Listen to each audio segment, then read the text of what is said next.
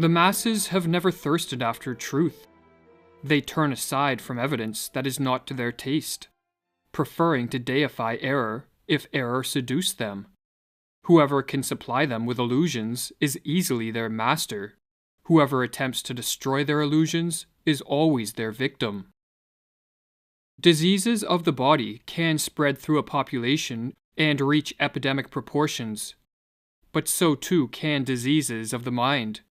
And of these epidemics of the latter variety, the mass psychosis is the most dangerous.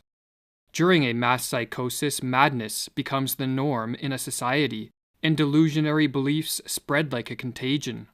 But as delusions can take many forms, and as madness can manifest in countless ways, the specific manner in which a mass psychosis unfolds will differ based on the historical and cultural context of the infected society. In the past, mass psychoses have led to witch hunts, genocides, and even dancing manias. But in the modern era, it is the mass psychosis of totalitarianism that is the greatest threat. Totalitarianism, writes Arthur Versluis, is the modern phenomenon of total centralized state power, coupled with the obliteration of individual human rights. In the totalized state, there are those in power, and there are the objectified masses, the victims. In a totalitarian society, the population is divided into two groups, the rulers and the ruled, and both groups undergo a pathological transformation. The rulers are elevated to an almost godlike status, which is diametrically opposed to our nature as imperfect beings who are easily corrupted by power. The masses, on the other hand, are transformed into the dependent subjects of these pathological rulers and take on a psychologically regressed and childlike status. Hannah Arendt, one of the 20th century's preeminent scholars of this form of rule, called totalitarianism an attempted transformation of human nature itself. But this attempted transformation only turns sound minds into sick minds.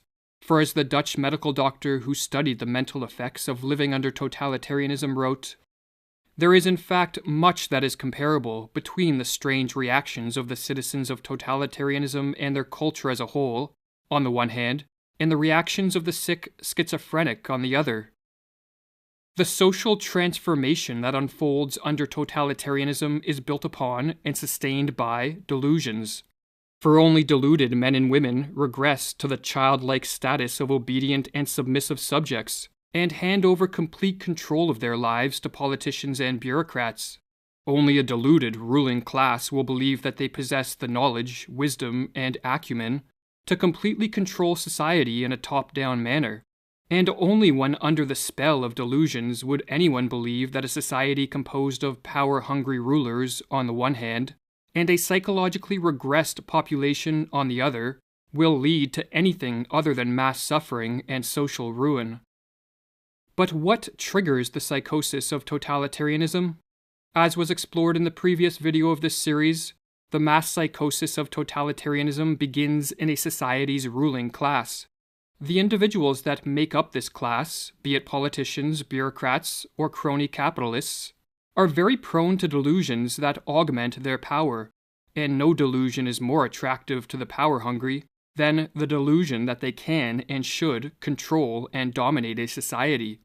When a ruling elite becomes possessed by a political ideology of this sort, be it communism, fascism, or technocracy, the next step is to induce a population into accepting their rule by infecting them with the mass psychosis of totalitarianism. This psychosis has been induced many times throughout history, and as Mirlu explains, it is simply a question of reorganizing and manipulating collective feelings in the proper way. The general method by which the members of a ruling elite can accomplish this end is called menticide, with the etymology of this word being a killing of the mind. And as Mirlu further explains, menticide is an old crime against the human mind and spirit, but systematized anew. It is an organized system of psychological intervention and judicial perversion through which a ruling class can imprint their own opportunistic thoughts upon the minds of those they plan to use and destroy. Priming a population for the crime of menticide begins with the sowing of fear. For as was explored in the first video of this series, when an individual is flooded with negative emotions such as fear or anxiety, he or she is very susceptible to a descent into the delusions of madness. Threats, real, imagined, or fabricated, can be used to sow fear, but a particularly effective technique is to use waves of terror. Under this technique, the sowing of fear is staggered with periods of calm, but each of these periods of calm is followed by the manufacturing of an even more intense spell of fear, and on the process goes. Or as Mirlu writes, each wave of terrorizing creates its effects more easily after a breathing spell than the one that preceded it, because people are still disturbed by their previous experience. Morality becomes lower and lower, and the psychological effects of each new propaganda campaign become stronger. It reaches a public already softened up. While fear primes a population for menticide, the use of propaganda to spread misinformation and to promote confusion with respect to the source of the threats and the nature of the crisis helps to break down the minds of the masses. Government officials and their lackeys in the media can use contradictory reports, nonsensical information, and even blatant lies. As the more they confuse, the less capable will a population be to cope with the crisis and diminish their fear in a rational and adaptive manner. Confusion, in other words, heightens the susceptibility of a descent into the delusions of totalitarianism. Or as Mirlu explains, logic can be met with logic, while illogic cannot. It confuses those who think straight. The big lie and monotonously repeated nonsense have more emotional appeal than logic and reason. While the people are still searching for a reasonable counter-argument to the first lie, the totalitarians can assault them with another. Never before in history have such effective means existed to manipulate a society into the psychosis of totalitarianism. Smartphones and social media, television and the internet, all in conjunction with algorithms that quickly censor the flow of unwanted information, allow those in power to easily assault the minds of the masses. What is more, the addictive nature of these technologies means that many people voluntarily subject themselves to the ruling elite's propaganda with a remarkable frequency. Modern technology, explains Mirlu, teaches man to take for granted the world he is looking at. He takes no time to retreat and reflect. Technology lures him on, dropping him into its wheels and movements. No rest, no meditation, no reflection, no conversation. The senses are continually overloaded with stimuli. Man doesn't learn to question his world anymore. The screen offers him answers, ready-made. But there is a further step the would-be totalitarian rulers can take to increase the chance of a totalitarian psychosis, and this is to isolate the victims and to disrupt normal social interactions. When alone and lacking normal interactions with friends, family, and co-workers, an individual becomes far more susceptible to delusions for several reasons. Firstly, they lose contact with the corrective force of the positive example. For not everyone is tricked by the machinations of the ruling elite, and the individuals who see through the propaganda can help free others from the menticidal assault.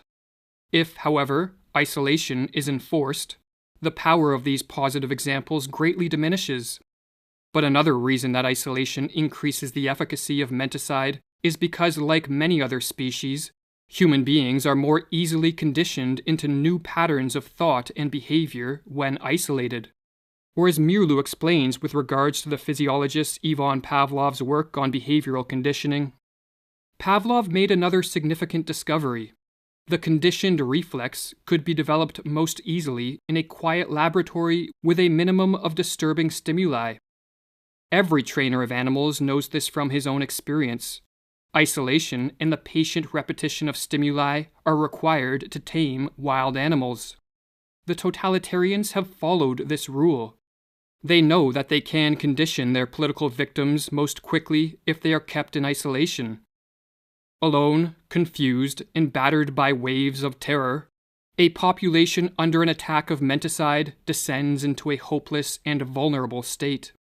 The never-ending stream of propaganda turns minds once capable of rational thought into playhouses of irrational forces. And with chaos swirling around them and within them, the masses crave a return to a more ordered world. The would-be totalitarians can now take the decisive step. They can offer a way out and a return to order in a world that seems to be moving rapidly in the opposite direction. But all this comes at a price. The masses must give up their freedom and cede control of all aspects of life to the ruling elite. They must relinquish their capacity to be self-reliant individuals who are responsible for their own lives, and become submissive and obedient subjects. The masses, in other words, must descend into the delusions of the totalitarian psychosis. Totalitarianism, writes Mirlu, is man's escape from the fearful realities of life into the virtual womb of the leaders. The individual's actions are directed from this womb, from the inner sanctum. Man need no longer assume responsibility for his own life. The order and logic of the prenatal world reign. There is peace and silence, the peace of utter submission. But the order of a totalitarian world is a pathological order. By enforcing a strict conformity and requiring a blind obedience from the citizenry, totalitarianism rids the world of the spontaneity that produces many of life's joys and the creativity that drives society forward.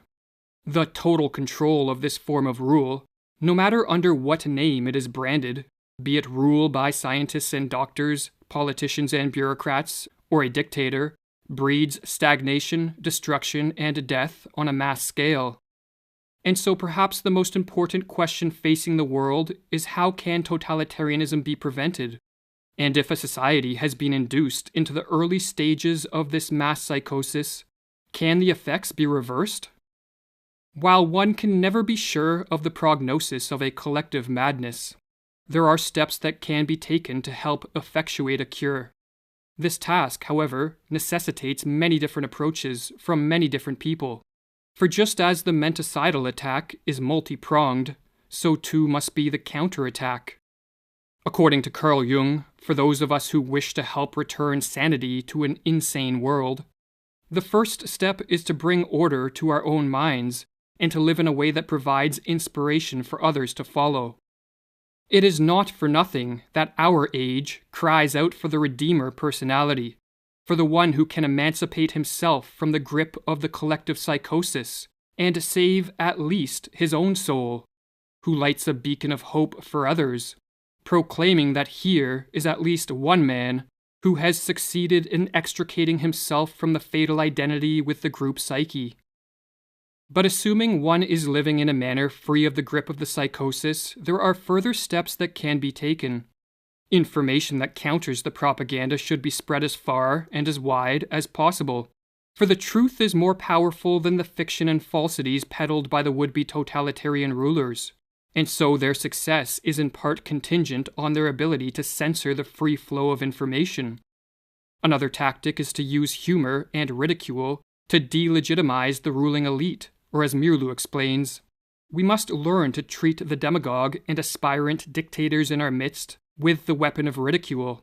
The demagogue himself is almost incapable of humor of any sort, and if we treat him with humor, he will begin to collapse. A tactic recommended by Václav Havel, a political dissident under Soviet communist rule, who later became president of Czechoslovakia, is the construction of what are called parallel structures. A parallel structure is any form of organization, business, institution, technology, or creative pursuit that exists physically within a totalitarian society, yet morally outside of it. In communist Czechoslovakia, Havel noted that these parallel structures were more effective at combating totalitarianism than political action. Furthermore, when enough parallel structures are created, a second culture, or parallel society, spontaneously forms and functions as an enclave of freedom and sanity within a totalitarian world. Or as Havel explains in his book, The Power of the Powerless. What else are parallel structures than an area where a different life can be lived? A life that is in harmony with its own aims, and which in turn structures itself in harmony with those aims. What else are those initial attempts at social self-organization than the efforts of a certain part of society to rid itself of the self-sustaining aspects of totalitarianism, and thus to extricate itself radically from its involvement in the totalitarian system? But above all else, what is required to prevent a full descent into the madness of totalitarianism is action by as many people as possible. For just as the ruling elite do not sit around passively, but instead take deliberate steps to increase their power, so too an active and concerted effort must be made to move the world back in the direction of freedom. This can be an immense challenge in a world falling prey to the delusions of totalitarianism, but as Thomas Paine noted, tyranny, like hell, is not easily conquered. Yet we have this consolation with us, that the harder the conflict, the more glorious the triumph.